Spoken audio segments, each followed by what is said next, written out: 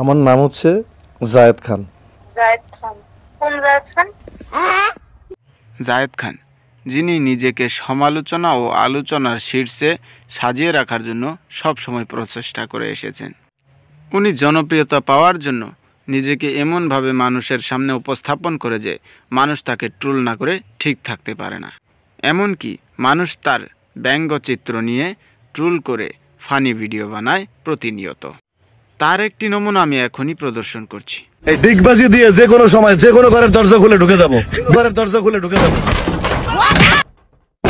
ও বাবা! জায়েদ খানকে যখন টিভি চ্যানেলে ডাকা হয় আর এই ট্রোলের কথা জিজ্ঞাসা করা হয়, তিনি মনে মনে অবশ্যই এটাই ভাবেন।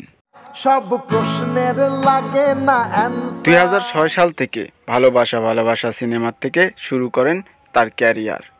তার ক্যারিয়ারে তিনি 26টি সিনেমায় অভিনয় করেন, তবে একটি সিনেমাও ভালোভাবে সফল হয়নি বলে জানান এক প্রতিবেদক। গত রমজান মাসে তার সিনেমা সোনার চর রিলিজ হয়। তার মুখ্য বয়ান, দুর্দান্ত অভিনয় করেছেন তিনি, তারপরেও হলে জায়গা পাননি সিনেমাটি। মাত্র কয়েকদিন চলার পরই হলের থেকে বের করে দেওয়া হয় সিনেমাটি। 2-3 দিন আগে তার একটি গান রিলিজ হয় যার নাম বিড়ি।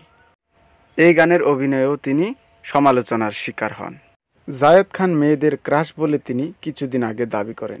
তাই তার প্রমাণ করতে ঈদের দিন একটি অনুষ্ঠানে ডেকে সিনেমার ভঙ্গিতে একটি মেয়েকে প্রপোজ করতে বলা হয়। আমার ইচ্ছে একটু আপনার সাথে কথা বলার। আমার নামটা বললে আপনি চিনতে পারবেন আমাকে? আমার নাম হচ্ছে জায়েদ খান। জায়েদ খান? কোন জায়েদ খান? আপনি কোন জায়েদ খানকে চিনেন? জায়েদ খান তো বাংলাদেশে একজনই আছে, ডিগবাজি জায়েদ খান। আর কে? আমি সেই ডিগবাজি জায়েদ খানের কথা বলছি। এই ভিডিও থেকে নারীরা জায়েদ খানের ওপর কতটা ক্রাশ তা সহজেই বোঝা যায়।